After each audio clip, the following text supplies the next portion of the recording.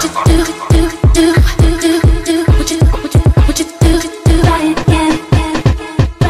always get many questions on how I was able to grow my natural hair, and we never really ask what may we be doing that is preventing us from retaining length. Most people always say that their hair isn't growing or it stopped growing, but this isn't a fact. Our hair grows daily. Everyone's hair grows, and the only trick to it is finding out ways on how to retain as much length as possible. I'm going to give you guys a few tips on what I think is hindering your hair growth. Hopefully these tips can help. Stress. If you tend to be very stressed out about any little events in life, this can affect your hair growth. You can experience excessive shedding and breakage due to this stress. So I always tell people to balance out their stress level. Just maintain balance. You don't want to be too all over the place and have your mind speeding and going crazy, because it will affect your hair in a very negative way. Trimming schedules. I see that a lot of people on a hair journey tend to have a trimming schedule where it is important for them to trim their hair every so often. Let's say every month, every 2 months, every 3 months, whatever the case might be. I personally, as per my experience, that wouldn't be very good for my hair, because I'm pretty much just cutting off length. I feel like trims are set and due when you see some kind of maybe damage or a lot of just knots and tangles, unevenness, and things of that sort. We should get to a level of understanding our hair to the point that we know when it's time. When I feel like it's gotten a bit stringy on the ends, I definitely proceed to give myself a fresh and clean trim. Over manipulation. Over manipulating your hair will have you experiencing unnecessary breakage. Because, I mean, think about it. The more you're manipulating, styling, and just being in your hair, the more it's going to break. And the more it breaks, the harder it will be for you to retain length, because again, you will experience split ends, you will experience unevenness, and then here comes the scissors. Style your hair in a style that you know you're going to go days with, so that you don't always have to always be in or touch your hair. I personally style my hair every 7 to 8 days. And when I'm in a protective style, I will go 2, 3 to 4 weeks. I barely really touch my hair. The only time that I touch my hair is when I am washing my hair and styling it for the week. Lack of moisture. If you are a natural like myself, you already know that our hair tends to be dry. And we need that moisture so it won't get dry, so it won't break. Lock in the moisture. You want to deep condition your hair every single time that you wash. It is very important for me to keep my hair moisturized. Protective styling. And it may be tricky because protective styling works for most as far as length retention and that sort, because you're not in your hair, you're not manipulating your hair, you're not styling your hair, you're not combing your hair. So the more you stay out of your hair, the more you're going to retain, because there's less breakage. However, if you abuse or overdo protective styles, it's going to hurt you more than it will help you. It isn't ideal for you to get a protective style and go months at a time with the same style. Every time that I do a protective style, I keep it in for no longer than a month. And after that month is done, I do a heavy deep conditioning, which consists of a protein base, and I just let my hair breathe again. I don't go back into a protective style at all. Again, having that balance is what's going to help you in the long run. Protein overload. You want to make sure that you look at your ingredients. Make sure that you are not protein sensitive. You want to look at the ingredients. You want to make sure that your hair isn't protein sensitive. I know that mine tends to be, so I don't overdo the protein treatments. And every time that I do a protein treatment in my hair, it's always a light protein. It's nothing harsh or severe. You might want to look into that and do your research as far as what may be loaded with a lot of protein, and just kind of stay away from that. Again, if you are protein sensitive. Heat. Some people, they heat train their hair and their hair is long and their hair looks healthy, but that doesn't happen to everyone. Most of us have hair that cannot take excessive heat. So if you love playing in heat, try to not overdo it. Try to give yourself challenges where you're going months at a time, or even like a year challenge where you're not touching any heat whatsoever, because you can experience heat damage. So if you experience severe heat damage, you're pretty much going to start all over again. And I don't think that if you're trying to grow your hair out, that's something that you want to do. So the overuse of heat and not knowing how to properly apply it to your hair and hair texture, as it does vary, can be somewhat risky if you're trying to grow your hair. Split ends. A lot of those split ends come from overuse of heat or not knowing how to properly detangle and manage your hair texture.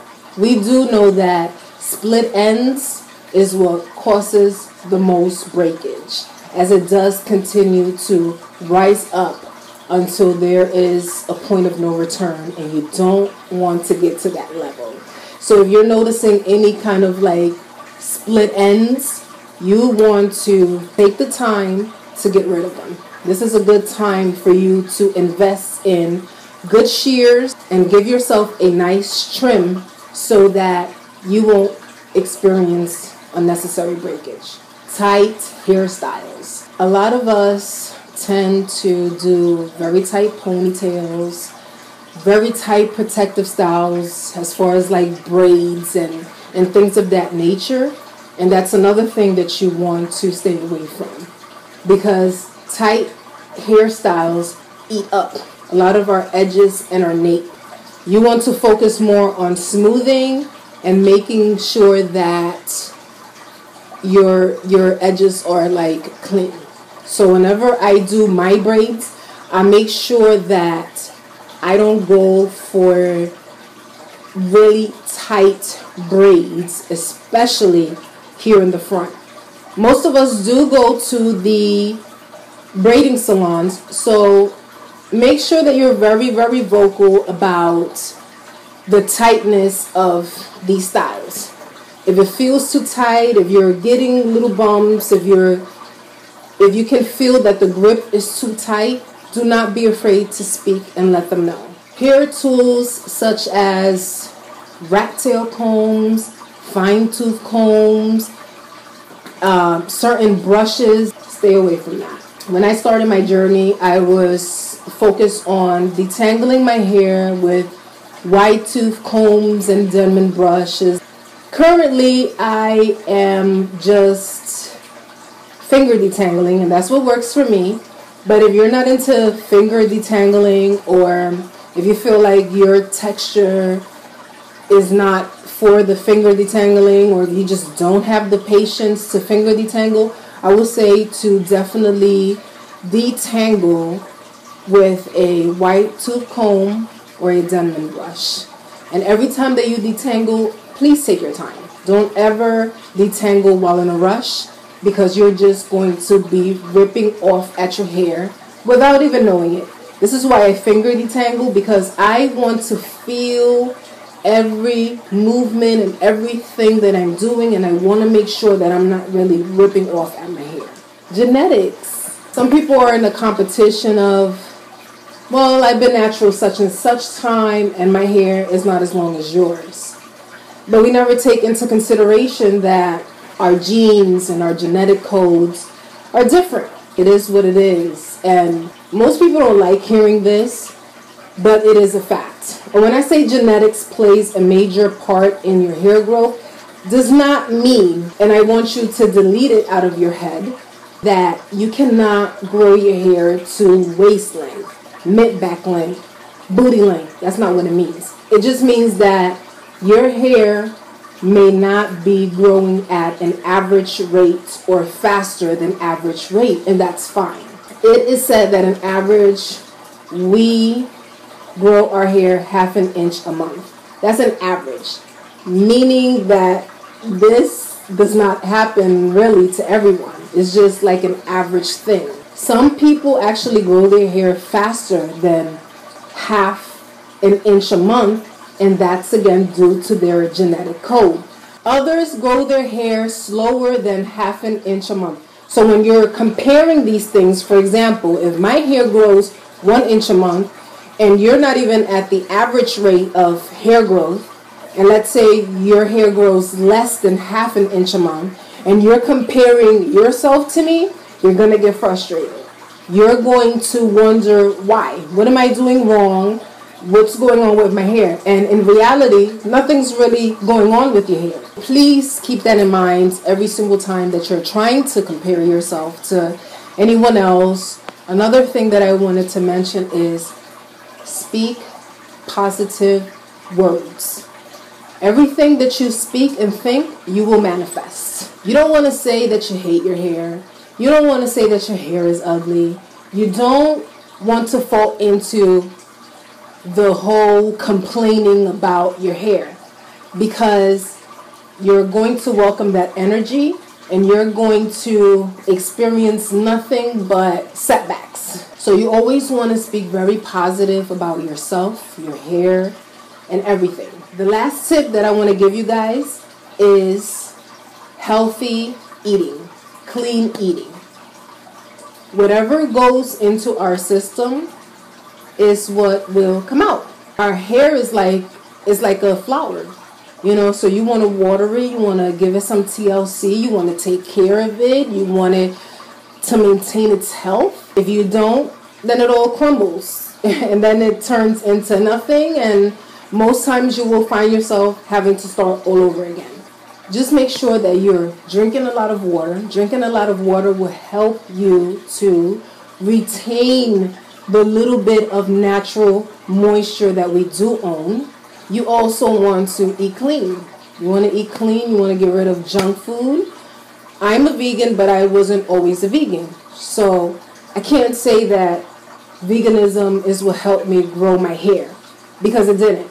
However, before I became a vegan, I always cooked my meals. So when I say junk food, I'm not necessarily talking about non-vegan foods. I am talking about McDonald's and fast foods and drinking soda and drinking artificial juices and eating a lot of starchy foods, fried foods. I advise that the least you can do is, for the most part, prep your home cooked meals. This will save you. And try to have like more veggies than anything else on your plate. I feel like a healthy diet is very important. Maybe one of the things that I mentioned might be hindering your hair growth. And like always, I always wish you guys the best. And I hope that everyone achieves all their life's desires as far as their personal life, their hair, and everything in between. So again, peace, love, and light to all.